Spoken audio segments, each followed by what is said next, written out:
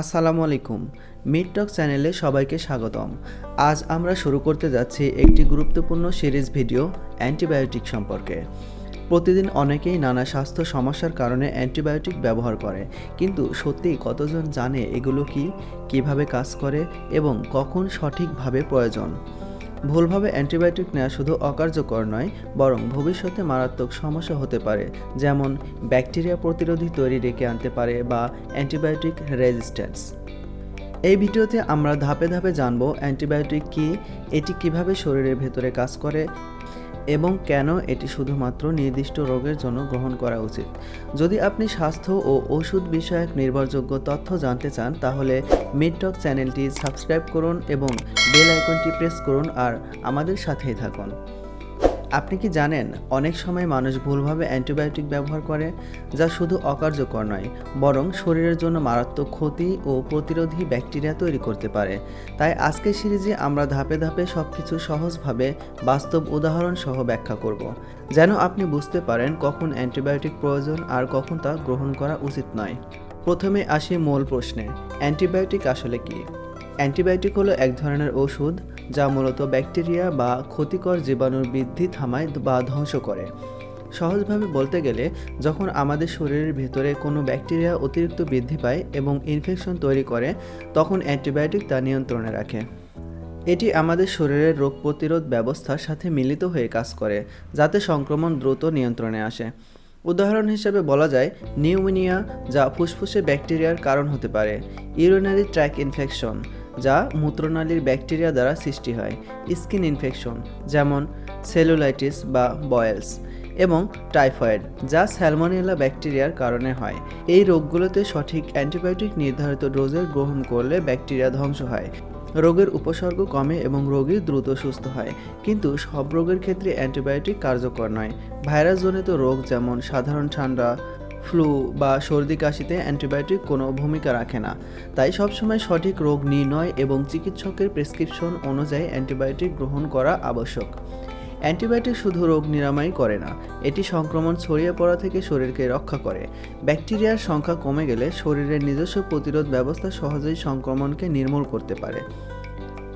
এটি বিশেষভাবে গুরুত্বপূর্ণ শিশু, বৃদ্ধ এবং রোগ প্রতিরোধ ক্ষমতা কম থাকা ব্যক্তিদের জন্য। এখন আমরা জানব খুব গুরুত্বপূর্ণ বিষয়, অ্যান্টিবায়োটিক কিভাবে কাজ করে আমাদের শরীরে। প্রত্যেক ব্যাকটেরিয়ার জীবনচক্র নির্ভর করে তাদের সেল ওয়াল, প্রোটন সিনথেসিস এবং ডিএনএ অথবা আরএনএ রিপ্লেকশনের উপর। অ্যান্টিবায়োটিক এই প্রক্রিয়াগুলোকে লক্ষ্য করে। কিছু অ্যান্টিবায়োটিক সরাসরি ব্যাকটেরিয়াকে ধ্বংস করে, উদাহরণস্বরূপ পেনিসিলিন, যা ব্যাকটেরিয়ার সেল ওয়াল সিনথেসিস ব্লক করে। ব্যাকটেরিয়ার কোষপ্রাচীর ছাড়া তারা টিকে থাকতে পারে না এবং মারা যায়। অন্যদিকে কিছু অ্যান্টিবায়োটিক শুধু ব্যাকটেরিয়ার বৃদ্ধি রোধ করে, যেমন টেট্রাসাইক্লিন, যা প্রোটিন সিনথেসিস হ্রাস করে। ব্যাকটেরিয়া নতুন প্রোটিন তৈরি করতে পারে না, ফলে সংখ্যা বৃদ্ধি পায় না এবং শরীরের প্রতিরোধ ব্যবস্থা সহজেই এগুলোকে নির্মূল করতে পারে।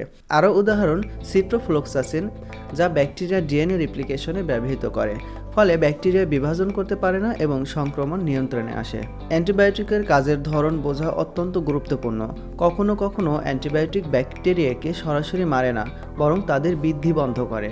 এতে আমাদের শরীরের প্রতিরোধ ব্যবস্থা সহজেই ব্যাকটেরিয়াকে নির্মূল করতে পারে। আবার কিছু অ্যান্টিবায়োটিক সরাসরি ব্যাকটেরিয়া ধ্বংস করে, ফলে সংক্রমণ দ্রুত নিয়ন্ত্রণে আসে। কিছু অ্যান্টিবায়োটিক যেমন ম্যাক্রোলাইডস ব্যাকটেরিয়ার আরএনএ বা প্রোটিন প্রোডাকশন বাধাগ্রস্ত করে। আর কিছু যেমন সালফোনামাইডস ব্যাকটেরিয়ার ফলিক অ্যাসিড সিনথেসিস বাধাগ্রস্ত করে। প্রতিটি অ্যান্টিবায়োটিক আলাদা প্রক্রিয়ার মাধ্যমে কাজ করে, তাই চিকিৎসক রোগ নির্ণয়ের পরই সঠিক অ্যান্টিবায়োটিক বাছাই করেন। এখন আমরা জানব কেন অ্যান্টিবায়োটিক ব্যবহার গুরুত্বপূর্ণ। অ্যান্টিবায়োটিক হলো শক্তিশালী ওষুধ। সঠিকভাবে ব্যবহার করলে এটি সংক্রমণ দ্রুত নিয়ন্ত্রণ করে এবং রোগীর জীবন রক্ষা করে, কিন্তু ভুলভাবে ব্যবহার করলে বিপদও ডেকে আনতে পারে। প্রথমে মনে রাখতে হবে, অ্যান্টিবায়োটিক শুধুমাত্র ব্যাকটেরিয়ার কারণে হওয়া রোগে কার্যকর।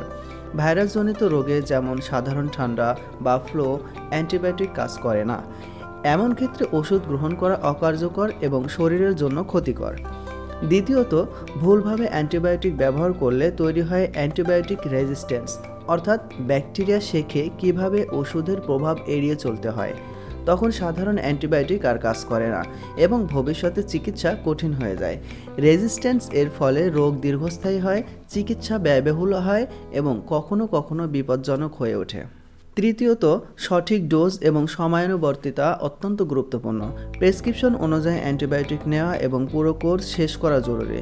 শুধুমাত্র উপসর্গ কমে যাওয়ায় থেমে গেলে বা ডোজ কমিয়ে দিলে ব্যাকটেরিয়া জীবিত থাকে এবং রেজিস্ট্যান্স তৈরি করে। চিকিৎসক সর্বদা নির্ধারিত সময় পর্যন্ত ওষুধ গ্রহণের পরামর্শ দেন।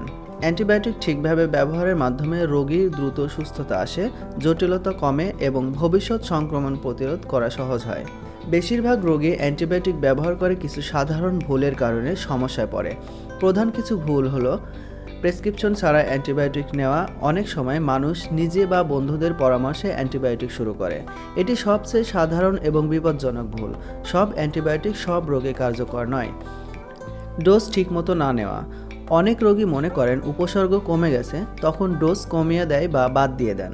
এটি ব্যাকটেরিয়াকে টিকে থাকতে সাহায্য করে এবং রেজিস্ট্যান্স তৈরি করে। চিকিৎসা শেষ হওয়ার আগে থামানো। রোগী অনেক সময় পুরো কোর্স শেষ না করে থেমে যায়। যদিও উপসর্গ কমে গেছে, ব্যাকটেরিয়া এখনও শরীরের ভেতরে থাকতে পারে। এটি পরবর্তীতে আরও জটিল সংক্রমণ সৃষ্টি করে। এই ভুলগুলো শুধুমাত্র রোগীকে ক্ষতি করে না, বরং সমাজের জন্যও সমস্যা তৈরি করে। প্রতিরোধী ব্যাকটেরিয়া দ্রুত ছড়িয়ে পড়ে এবং নতুন রোগে কার্যকর অ্যান্টিবায়োটিক পাওয়া কঠিন হয়ে যায়। আমরা যদি একটি উদাহরণ দিই, তবে ধরে নিন একজন রোগী গলা ব্যথা ও কাশি নিয়ে অ্যান্টিবায়োটিক শুরু করেছে প্রেসক্রিপশন ছাড়া। প্রথম 2-3 দিন সে মনে করে ওষুধে কাজ করছে, কিন্তু প্রকৃত রোগটি ভাইরাসজনিত। অ্যান্টিবায়োটিক কোনো কাজ করছে না। 5 থেকে 7 দিনের মধ্যে উপসর্গ কমে গেলে সে থেমে যায়। এই ভুল ব্যবহারের ফলে ব্যাকটেরিয়া টিকে থাকে এবং ভবিষ্যতে রেজিস্ট্যান্স করে। আরেকটি উদাহরণ, টাইফয়েড বা নিউমোনিয়া এর মতো গুরুতর রোগে যদি প্রেসক্রিপশন অনুযায়ী অ্যান্টিবায়োটিক না নেওয়া হয়, রোগীর অবস্থা ক্রমে খারাপ হয়ে যেতে পারে। সংক্রমণ শরীরে ছড়িয়ে পড়ে, জটিলতা বৃদ্ধি পায় এবং কখনো কখনো জীবনহানির ঝুঁকি তৈরি হয়। সংক্ষেপে যদি আমরা বলি, তাহলে অ্যান্টিবায়োটিক হলো শক্তিশালী ওষুধ যা সঠিকভাবে ব্যবহৃত হলে সংক্রমণ দ্রুত নিয়ন্ত্রণে আনে এবং আমাদের শরীরকে সুস্থ রাখে। কিন্তু ভুলভাবে বা প্রেসক্রিপশন ছাড়া ব্যবহার করলে এটি কেবল অকার্যকর নয়, বরং ভবিষ্যতে প্রতিরোধী ব্যাকটেরিয়া তৈরি হতে পারে, যা চিকিৎসাকে কঠিন এবং বিপজ্জনক করে তোলে। তাই অ্যান্টিবায়োটিক শুধুমাত্র ডাক্তারি প্রেসক্রিপশন অনুযায়ী গ্রহণ করা আবশ্যক এবং ডোজ ও সময়ানুবর্তিতা মেনে চলা জরুরি। আমাদের সিরিজের পরবর্তী ভিডিওতে আমরা আরও বিস্তারিত আলোচনা করব অ্যান্টিবায়োটিকের শ্রেণীবিভাগ এবং কোন রোগে কোন ধরনের অ্যান্টিবায়োটিক ব্যবহার করা হয়। যদি এই ভিডিওটি আপনার জন্য উপকারী হয়ে থাকে, তাহলে লাইক এবং শেয়ার করেন। ভিডিওটি মিস না করতে চাইলে চ্যানেলটি সাবস্ক্রাইব করুন এবং বেল আইকনটি প্রেস করুন এবং কমেন্টে লিখুন আপনি কোন রোগে অ্যান্টিবায়োটিক ব্যবহার সম্পর্কে সবচেয়ে বেশি জানতে আগ্রহী।